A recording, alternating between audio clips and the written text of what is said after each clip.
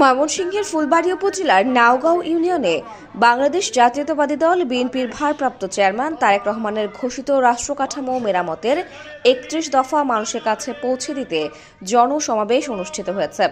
শুক্রবার রাতে সন্তোষপুর কান্দুর বাজারে নাওগাঁও ইউনিয়ন বিএনপি ও সহযোগী সংগঠনের আয়োজনে জনসমাবেশে প্রধান অতিথি হিসেবে বক্তব্য রাখেন উপজেলা বিএনপির সিনিয়র যুগ্ম আহ্বায়ক, দক্ষিণ জেলা বিএনপির সাবেক সদস্য ও আগামী সংসদ নির্বাচনে ফুলবাড়িয়া আসনে বিএনপির মনোনয়ন প্রত্যাশী মামুনুর রশিদ মামুন।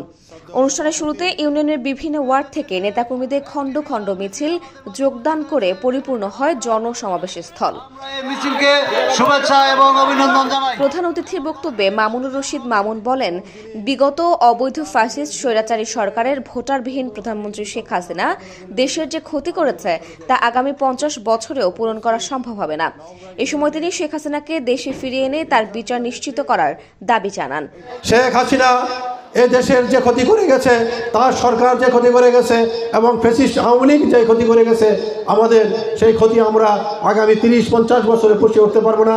কাজেই শেখ হাসিনাকে দেশে এনে বিচারের সম্মুখীন হতে হবে। মামুনুর রশিদ মামুন বলেন, শেখ হাসিনা ক্ষমতায় এসে বিডিআর হত্যাকাণ্ডের মাধ্যমে দেশকে ব্যর্থ রাষ্ট্রে পর্যবসিত করেছিল। তিনি বলেন, বিএনপি গণমানুষের রাজনৈতিক দল, দলটির একমাত্র কাজ জনসেবা করা।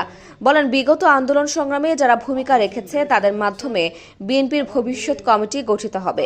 বিডিআর হত্যার মাধ্যমে আপনারা জানেন আমাদের চৌকুশ অফিসারকে হত্যা করা হয়েছিল। সেই হত্যার মাধ্যমে আমাদের এই রাষ্ট্রকে একটি ভঙ্গুর রাষ্ট্র, মেধাহীন রাষ্ট্র হিসেবে একটা রাষ্ট্রে পর্যবসিত করেছিল। আপনাদের যারা নির্যাতিত হয়েছেন, যারা হামলা মামলার শিকার হয়েছেন এবং যারা দিনের পর দিন বাড়িতে থাকতে পারেন নাই, তাদেরকে দিয়ে ইনশাআল্লাহ আগামী দিনের কমিটি গঠন হবে। মামুনুর রশিদ মামুন বলেন, বড় রাজনৈতিক দল হিসেবে বিএনপিতে নেতৃত্বের প্রতিযোগিতা থাকতে পারে, এজন্য তিনি তৃণমূলের সমর্থন প্রত্যাশা করেন। বলেন, বিএনপি ক্ষমতায় গেলে নাওগাঁও ইউনিয়ন সহ সার্বিক ফুলবাড়িয়ার উন্নয়ন নিশ্চিত করা হবে। এই তৃণমূল বিএনপিকে আমরা সুসংগঠিত করার চেষ্টা করব, যাতে আগামী নির্বাচনে এই তৃণমূলই বিএনপির হাল ধরতে পারে এবং আপনাদের মাধ্যমে যেন আমরা নির্বাচিত প্রতিনিধি পাই।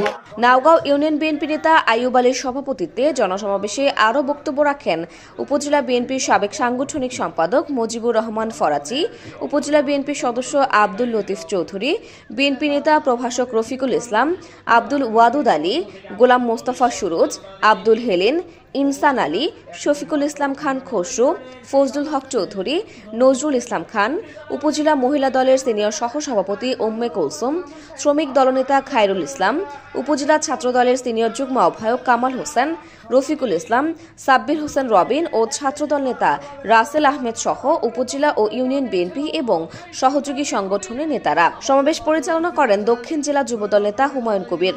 বক্তারা বলেন, উপজেলা বিএনপির সিনিয়র যুগ্ম আহ্বায়ক মামুনুর রশিদ মামুন বিগত ফ্যাসিস্ট সরকারের সময় সর্বাবস্থায় তৃণমূলের খোঁজ খবর রেখেছেন। আওয়ামী সরকারের সময় বিএনপির নির্যাতিত কর্মী সমর্থকদের পাশে ছিলেন তিনি। তারা বলেন, আগামী সংসদ নির্বাচনে ফুলবাড়ী আসনে মামুনুর রশিদ মামুন একমাত্র ধানের শীষের যোগ্য কাণ্ডারি।